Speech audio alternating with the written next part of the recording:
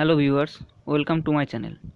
আজকের ভিডিওটিতে আপনারা দেখতে পাবেন বিগত বছরগুলিতে রেলের বিভিন্ন পরীক্ষায় আসা পরমাণুর গঠন চ্যাপ্টারটির কোশ্চেনগুলি। তো চলুন ভিডিওটি শুরু করা যাক। প্রথম প্রশ্নটি হলো, সাধারণত পরমাণুর নিউক্লিয়াসে থাকে proton, neutron, proton, electron, electron, proton, শুধুমাত্র নিউট্রন।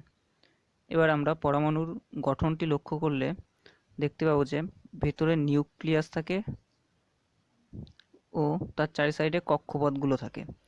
এবার নিউক্লিয়াসের ভেতরে থাকে প্রোটন, ধনাত্মক চার্জযুক্ত প্রোটন আর নিস্তড়িত নিউট্রন।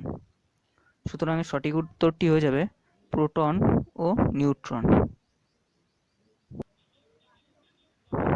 পরের প্রশ্নটি হলো, কোন কণাটি নিস্তড়িত?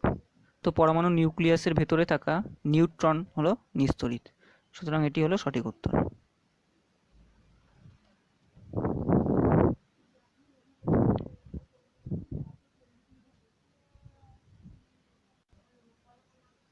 এরপরের প্রশ্নটি হলো, ইলেকট্রনের অ্যান্টিপার্টিকেল কোনটি?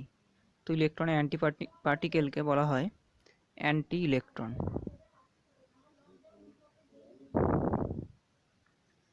এরপরের প্রশ্নটি হলো, ইলেকট্রন কি? অপশানগুলো হলো নিস্তড়িত পারমাণবিক কণা, ধনাত্মক চার্জযুক্ত পারমাণবিক কণা, ঋণাত্মক চার্জযুক্ত পারমাণবিক কণা, আর কোনোটি নয়।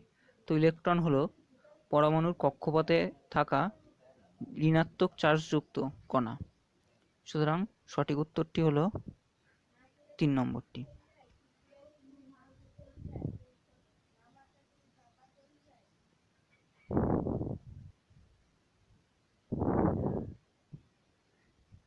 এরপরের প্রশ্নটি হলো, ইলেকট্রন কে আবিষ্কার করে? তো ইলেকট্রন আবিষ্কার করে জে থমসন।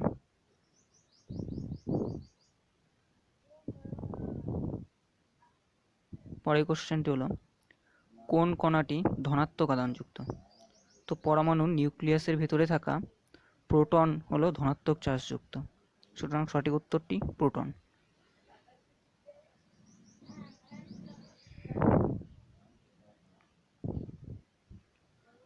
পরমাণু কি আবিষ্কার করে? এটির সঠিক উত্তর হয়ে যাবে ডেমোক্রিটাস।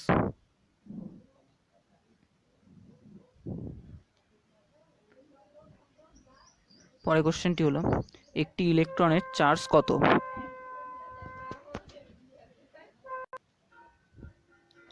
তো একটি ইলেকট্রনের চার্জ হলো 1.6 ইন্টু 10⁻⁻19 এবং এটি হলো ঋণাত্মক চার্জ।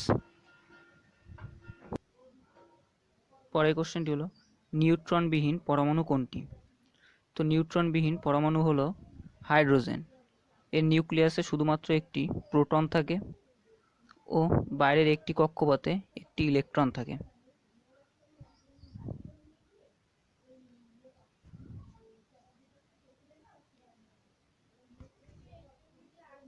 তারপরে কোশ্চেনটি হলো, কোনটি পরমাণুতে উপস্থিত কণা নয়?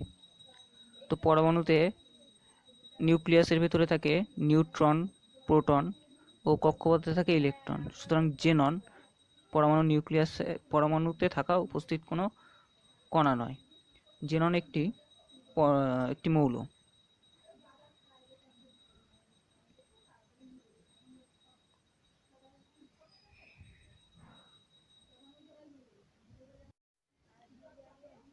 নিচের কোনটি সঠিক নয়?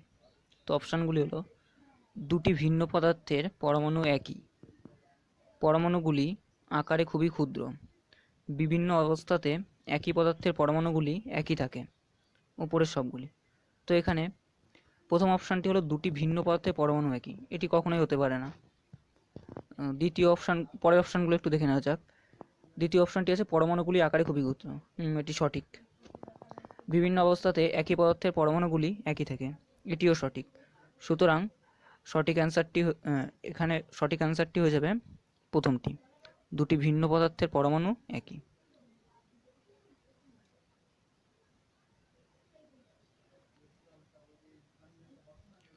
পরের প্রশ্নটি হলো, কে প্রথম ক্যাথোড রশ্মি ব্যবহার করেছিল? তো প্রথম ক্যাথোড রশ্মি ব্যবহার করেছিল জে থমসন।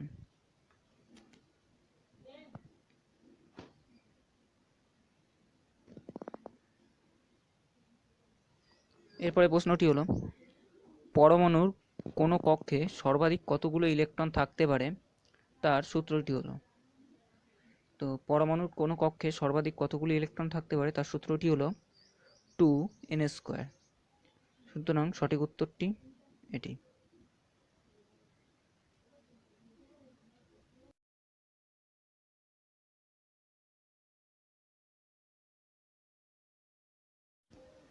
রাদারফোর্ড পরমাণু পরীক্ষায় আলফা কণা নিক্ষেপিত করেছিল।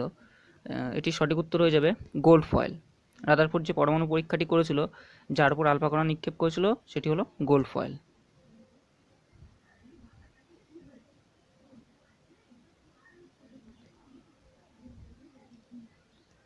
এরপরে প্রশ্নটি হলো, বোরের পরমাণু মডেল অনুসারে কোনো ইলেকট্রন যখন শক্তি গ্রহণ করে তখন কোনটি ঘটে? অপশানগুলি হলো, একই কক্ষে থেকে যায়, আলোক শক্তি নিঃসরণ করে, একটি নিম্ন কক্ষে চলে যায় ও এটি পরবর্তী উচ্চতর কক্ষে চলে যায়। তো এখানে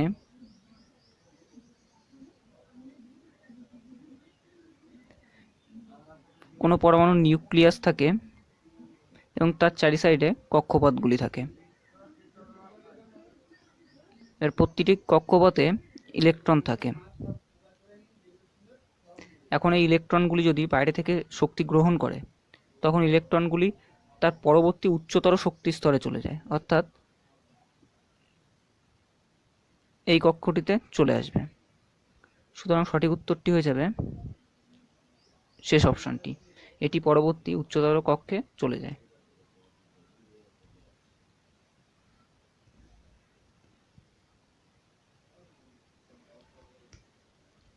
এর পরের প্রশ্নটি হলো, পরমাণুর নিউক্লিয়াস মডেল কে আবিষ্কার করেন? তো এটি সঠিক উত্তর হয়ে যাবে রাদারফোর্ড। পরের প্রশ্নটি হলো, এম কক্ষে সর্বাধিক কয়টি ইলেকট্রন থাকতে পারে?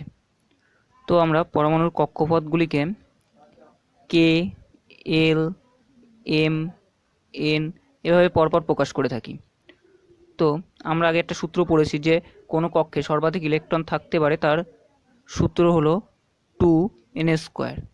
এখন এক্ষেত্রে কে এর ক্ষেত্রে এন এর মান 1, এল এর ক্ষেত্রে 2, এম এর ক্ষেত্রে 3, এন এর ক্ষেত্রে 4, এন এর ক্ষেত্রে 4। তো এখানে বলেছে এম কক্ষে সর্বাধিক কয়টি ইলেকট্রন থাকতে পারে? তো এম কক্ষে সর্বাধিক ইলেকট্রন থাকতে পারে 2 ইন্টু এম এর ক্ষেত্রে n ইকুয়ালস টু 3, অর্থাৎ n² ইকুয়ালস টু 3²। এটি করলে আসবে 18। সুতরাং সঠিক উত্তর 18। পরের প্রশ্নটি হলো, এন কক্ষে সর্বাধিক কয়টি ইলেকট্রন থাকতে পারে? তো এন কক্ষের ক্ষেত্রে এন এর মান 4, অর্থাৎ সর্বাধিক ইলেকট্রন থাকতে পারে 2 into 4² equals to 2 into 16 equals to 32।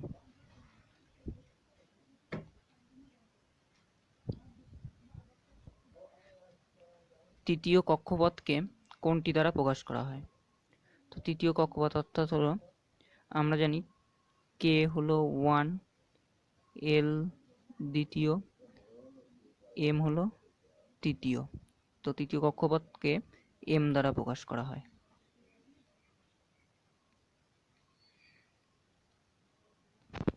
তারপরে কোশ্চেনটি হলো, কোনো পরমাণুর পারমাণবিক সংখ্যা 13 হলে তার কটি কক্ষপথ থাকবে? তো 13 পারমাণবিক সংখ্যা হলে এর ইলেকট্রন বিন্যাসগুলি এরকম হবে, প্রথম কক্ষপথে থাকবে 2টি, তারপরে কক্ষপথে 8টি ও শেষ কক্ষপথে থাকবে 3টি, অর্থাৎ এর জন্য কক্ষপথ দরকার হচ্ছে 3টি।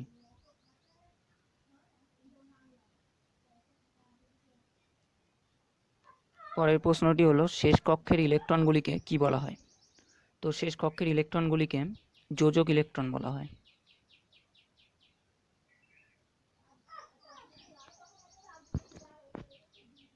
হিলিয়াম বাদে বাকি নিষ্ক্রিয় গ্যাসগুলির শেষ কক্ষপথে ইলেকট্রন সংখ্যা।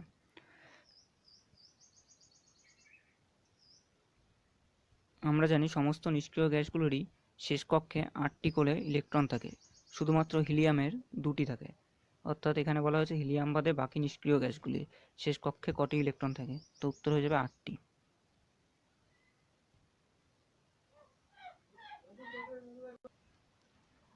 পরের প্রশ্নটি হলো, যে পরমাণুর ইলেকট্রন বিন্যাস 2, 8, 5 সেই পরমাণুটির নাম কি? অর্থাৎ যার ইলেকট্রন বিন্যাস 2, 8, 5, সুতরাং তার পারমাণবিক সংখ্যা হবে 2+8+5 অর্থাৎ 15। 15 পারমাণবিক ক্রমাঙ্ক বিশিষ্ট মৌলটি হলো ফসফরাস।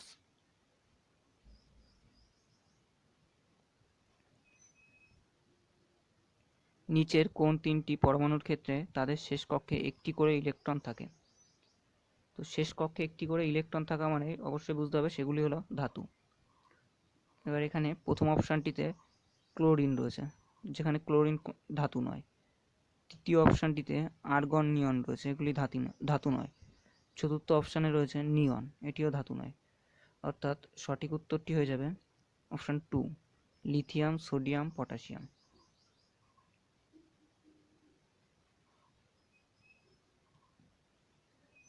ক্রিপ্টনের পারমাণবিক সংখ্যা 36 হলে তার ইলেকট্রন বিন্যাস কিরূপ হবে? তো 36 পারমাণবিক সংখ্যা হলে তার ইলেকট্রন বিন্যাসটি এরকম হবে: প্রথম কক্ষে 2টি, তারপরেরটিতে 8টি, তার পরের কক্ষে 18টি ও শেষ কক্ষে থাকবে 8টি।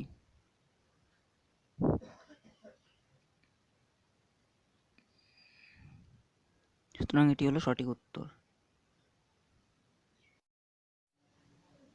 পরের প্রশ্নটি হলো, যার ইলেকট্রন বিন্যাস 2, 8, 2 সেই পরমাণুটির নাম কি?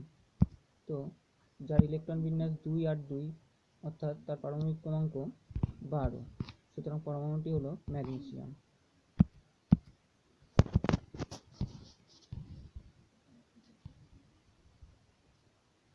এর পরের প্রশ্নটি হলো, নিচের কোনটি কোনো ধাতুর ইলেকট্রন বিন্যাস নয়? তো আমরা ধাতুগুলির ক্ষেত্রে দেখতে পাই যে সাধারণত তাদের ইলেকট্রন ছাড়ার প্রবণতা থাকে। তো এখানে প্রথমে আছে 2, 8, 3 অর্থাৎ এটি ইলেকট্রন ছাড়তে পারে, সুতরাং এটি ধাতুর ইলেকট্রন বিন্যাস। 2, 1 এটিও ইলেকট্রন ছাড়ার প্রবণতা দেখাবে, সুতরাং এটি একটি ধাতুর ইলেকট্রন বিন্যাস। 2, 8, 1 এটিও ইলেকট্রন ছাড়ার প্রবণতা দেখাবে, সুতরাং এটিও একটি ধাতুর ইলেকট্রন বিন্যাস। কিন্তু 2, 6 এটি ইলেকট্রন গ্রহণ করার প্রবণতা আছে, সুতরাং এটি ধাতু নয়। আর 2, 6 অর্থাৎ 8 এটি হলো অক্সিজেনের পরমাণু ইলেকট্রন বিন্যাস, সুতরাং সঠিক উত্তর 2, 6।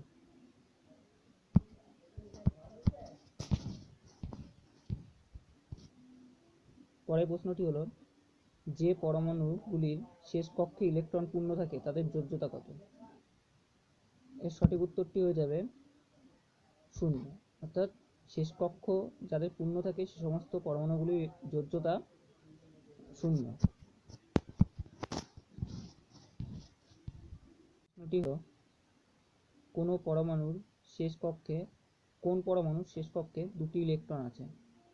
তো এখানে যদি আমরা প্রত্যেকটি ইলেকট্রন বিন্যাস দেখি, পটাশিয়াম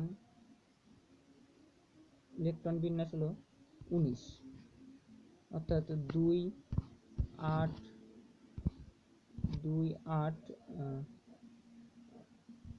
8, 1 এরকম হয় তার ইলেকট্রন বিন্যাস। লিথিয়ামের যদি ইলেকট্রন বিন্যাস দেখি, তবে তার ইলেকট্রন বিন্যাসটি হয় এরকম 2, 1।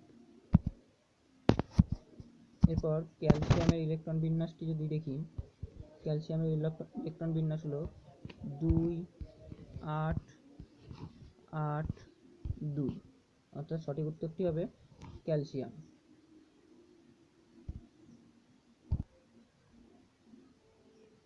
পরের প্রশ্নটি হলো, নিচের কোনটির শেষ কক্ষটি পূর্ণ?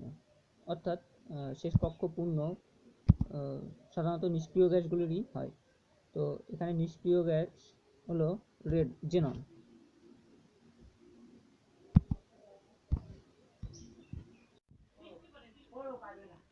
পরের প্রশ্নটি হলো, পর্যায় সারণীতে প্রথম পর্যায়ের পরমাণুগুলির শেষ ক্ষেত্রে শেষ কক্ষে ইলেকট্রনগুলি কোন কক্ষে থাকে?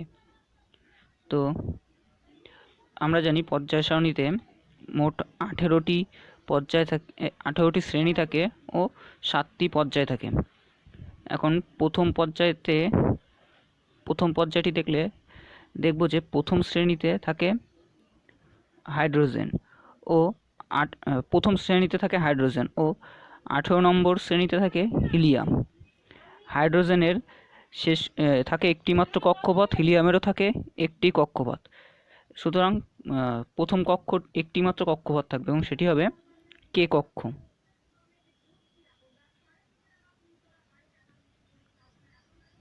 এরপরে প্রশ্নটি হলো, যে মৌলটির পারমাণবিক ক্রমাঙ্ক 17 তার মতো বৈশিষ্ট্যযুক্ত মৌলটির পারমাণবিক ক্রমাঙ্ক কত হবে? তো একই বৈশিষ্ট্যযুক্ত মৌলটি হবে ঠিক তার পর্যায় সারণীতে ঠিক তার নিচের মৌলটি বা উপরে মৌলটি। এবার তাহলে 17 সঙ্গে আমরা যদি 18 যোগ করি তবে তার একই বৈশিষ্ট্যযুক্ত মৌলটির পারমাণবিক ক্রমাঙ্ক পেয়ে যাব, অর্থাৎ 17 আর 18 যোগ করলে হয় 35, অর্থাৎ 35 হয়ে যাবে সঠিক উত্তর।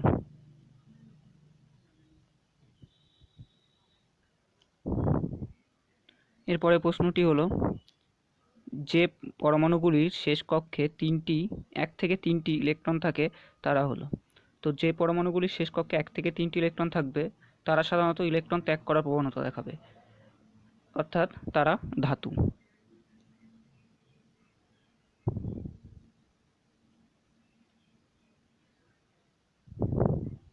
এরপরে প্রশ্নটি হলো, নিচের কোন নিষ্ক্রিয় মৌলটির 3টি কক্ষ ও শেষ কক্ষে 8টি ইলেকট্রন থাকে? তো নিষ্ক্রিয় মৌলগুলির তো শেষ কক্ষে 8টি ইলেকট্রনই থাকবে একমাত্র হিলিয়াম বাদে, আর 3টি কক্ষ এখানে দেখতে হবে কোনটির। তো এখানে আর্গনের পারমাণবিক ক্রমাঙ্ক হলো 18, অর্থাৎ ইলেকট্রন বিন্যাসটি হবে 2 8 8, অর্থাৎ আর্গন হয়ে যাবে সঠিক উত্তর।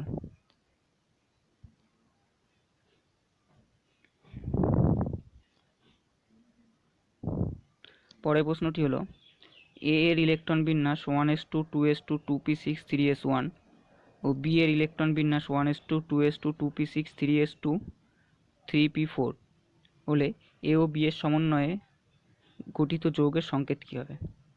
তো এই এসপিডি এগুলো হলো কে এল এম এন এরকম প্রত্যেকটি কক্ষের একটি করে উপকক্ষক।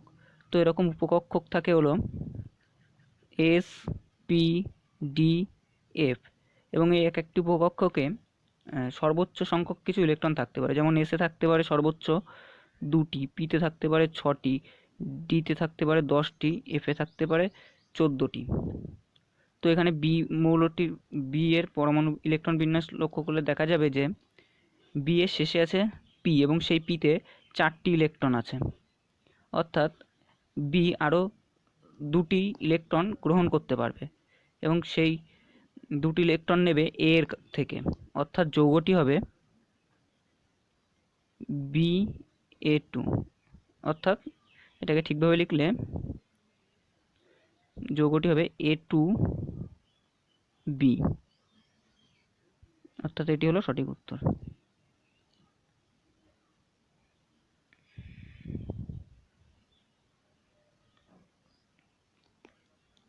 পরের প্রশ্নটি হলো, নিচের আয়নগুলির মধ্যে কোনটির আকার সবথেকে ছোট?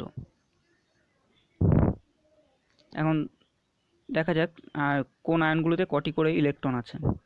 Na প্লাসের ইলেকট্রন পরমাণু ক্রমাঙ্ক হলো 11, অর্থাৎ Na প্লাসে ইলেকট্রন সংখ্যা 10টি। Mg2 প্লাস এর পারমাণবিক ক্রমাঙ্ক হলো 12, Mgর পারমাণবিক ক্রমাঙ্ক হলো 12 এবং অর্থাৎ Mg2 প্লাস ইলেকট্রন সংখ্যা 10। Al3 প্লাস অ্যালুমিনিয়ামের একটি পরমাণুতে ইলেকট্রন সংখ্যা হলো 13, অর্থাৎ Al3 প্লাসে ইলেকট্রন সংখ্যা 10। এখন প্রত্যেকটিতে ইলেকট্রন সংখ্যা 10, কিন্তু অ্যালুমিনিয়ামের নিউক্লিয়াসে প্রোটন সংখ্যা বেশি, সেই জন্য সেটির নিউক্লিয়াস ইলেকট্রনগুলিকে বেশি বল দ্বারা আকর্ষণ করবে, ফলে অ্যালুমিনিয়ামের আকার সবথেকে ছোট হয়ে যাবে, অর্থাৎ সঠিক উত্তর হবে Al3+।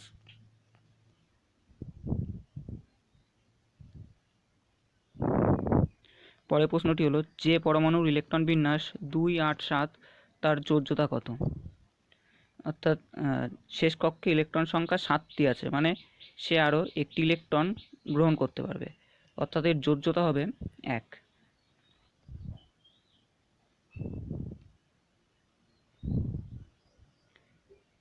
পরের প্রশ্নটি হলো, যে পরমাণুর ইলেকট্রন বিন্যাস 1s2, 2s2, 2p6, 3s2, 3p3 পর্যায় সারণীতে ঠিক তার নিচের পরমাণুর পারমাণবিক সংখ্যা কত হবে? তো এটাও একই রকম, যে এখানে মোট ইলেকট্রন যতগুলি আছে সেটা যোগ করে নিতে হবে এবং তার ঠিক নিচের অর্থাৎ তার থেকে আরও 18 বেশি পরমাণু ক্রমাঙ্কযুক্ত মৌলটি হবে। অর্থাৎ এখানে মোট ইলেকট্রন আছে 2 আর 2 4, 6 4 10, 12, 15, অর্থাৎ ঠিক তার নিচের পরমাণুটির পারমাণবিক ক্রমাঙ্ক হবে 15 + 18, অর্থাৎ 20, 30, 33।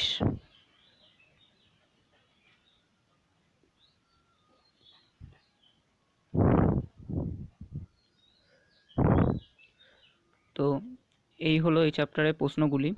ভিডিওটি যদি আপনাদের কোনো কাজে এসে থাকে তবে চ্যানেলটি অবশ্যই সাবস্ক্রাইব করবেন।